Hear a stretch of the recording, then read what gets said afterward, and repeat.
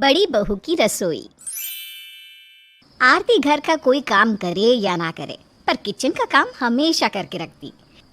ऐसे ही एक दिन आरती अकेले रसोई में सबके लिए खाना बना रही होती है और तभी वहाँ उसकी देवरानी पूजा आती है। दीदी, खाना बन गया क्या? बाहर सब खाने का इंतज़ार कर रहे हैं। हाँ हाँ, सब कुछ बन गया है, बस रोटियां बन रही है।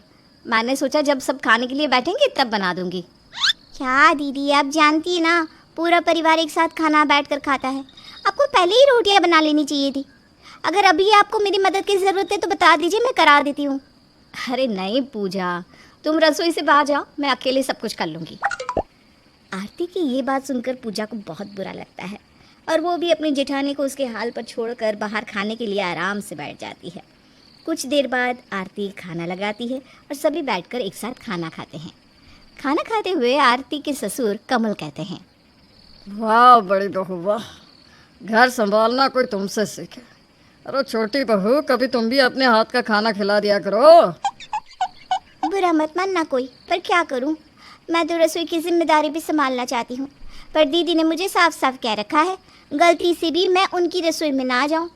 इस घर की रसोई तो दीदी की है, हम लोग तो कुछ है ही नहीं। अरे ऐसा क्यों बोल रही हो पूजा?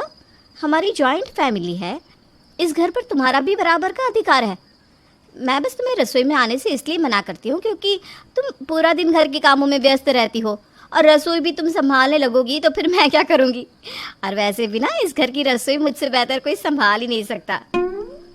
वो तो दीदी, आप किसी को रसोई में जाने दोगी तब पता चलेगा ना कि वो आपसे बेहतर रसोई संभाल पाएगा या नहीं। और भूलिएगा मत, आपसे पहले ये रसोई माँ जी की थी।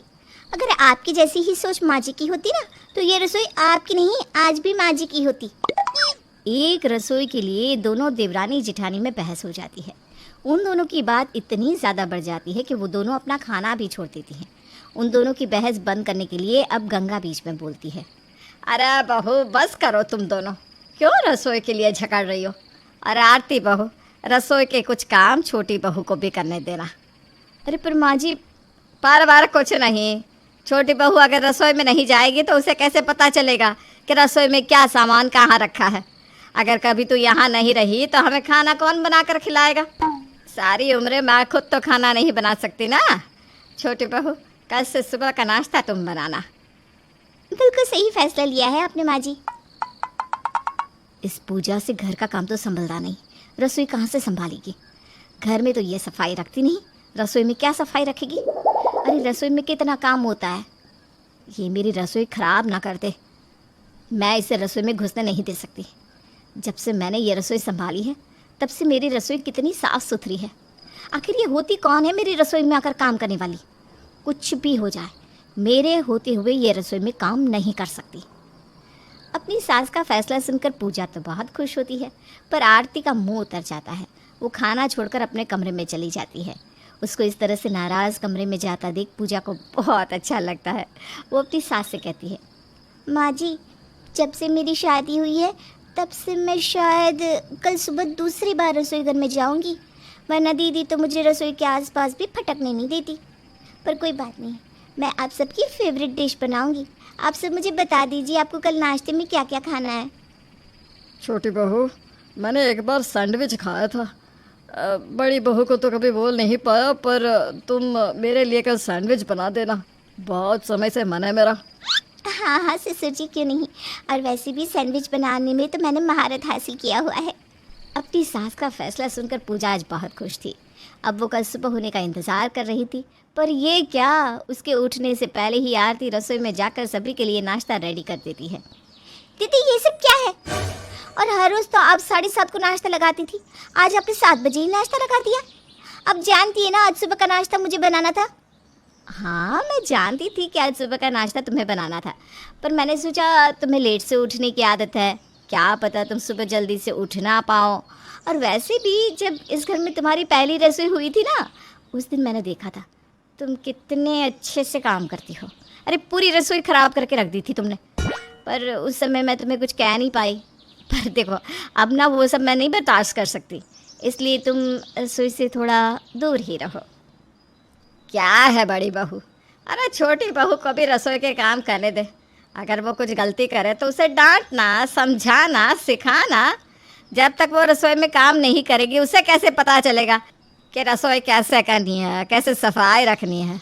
अरे ऐसा ना हो कि घर में बैठे बैठे खाना बनाना ही भूल जाए छोटी बहू। माँ जी, इतनी जल्दी कोई कुछ नहीं भूलता, और मैं हूँ ना। अगर आपकी छोटी बहू खाना बनाना भूल भी जाएगी तो मैं आपको हमेशा खिलाऊंगी, जैसे अब तक खिलाती आ रही हूँ। चलिए आप जल्दी से सब नाश्ता कर लीजिए। आरती का ये रवैया देखकर गंगा और पूजा दोनों ही परेशान हो जाती हैं, क्योंकि आरती किसी भी समय रसोई छोड़ना नहीं चाहती थी। यहाँ तक कि वो घर में किसी को रसोई में जाने भी नहीं देती। इसलिए गंगा और पूजा फैसला करते हैं कि वो आरती को सबक सिखाएंगे। इसलिए जानबूझकर गंगा अपनी कुछ सहेलियों और रिश्तेदारों को घर बुला लेती है। अरे आ गई तुम सब, कब से मैं तुम सबका बेसब्री से इंतज़ार कर रही थी। वो सब तो ठीक है गंगा, पर आज ना तो तेरा बर्थडे है ना शादी की सालगिरह। जहाँ तक मुझे पता है बिना किसी जश्न के तो हमें बुलाती तो है नहीं, फिर आज ऐसा क्या हो गया जो तूने अचानक से हमें लंच पर बुला लिया? वो इसलिए आंटी जी, क्योंकि आज आप सबको सासू माँ अपनी बड़ी बहू के हाथों का खाना खिलाना चाहती है और किटी पार्टी भी करना चाहती है। हमारे मोहल्ले की सारी औरतें करती है ना, तो आज से माँ जी ने भी किटी पार्टी रखनी शुरू करी है। क्यों माँ जी? माँ जी, अगर आप चाहती थी कि मैं अपने हाथों का खाना आपकी सहेलियों और रिश्तेदारों को खिलाऊं तो आप अपने जन्मदिन पर बुला लेती ना। कुछ दिन बाद ही तो आपका जन्मदिन आ रहा है। इस तरह अचानक से सबको बुला लिया, मैंने अभी तक कुछ तैयारी भी नहीं की, आपने मुझे बताया भी नहीं। अगर आप मुझे बता देती तो खाने की तैयारी तो कर लेती। अरे बड़ी बहू, मैं अपनी सहेलियों के साथ गप्पे लड़ा रही हूँ, तब तक तू छोटी के साथ मिलकर खाना बना ले।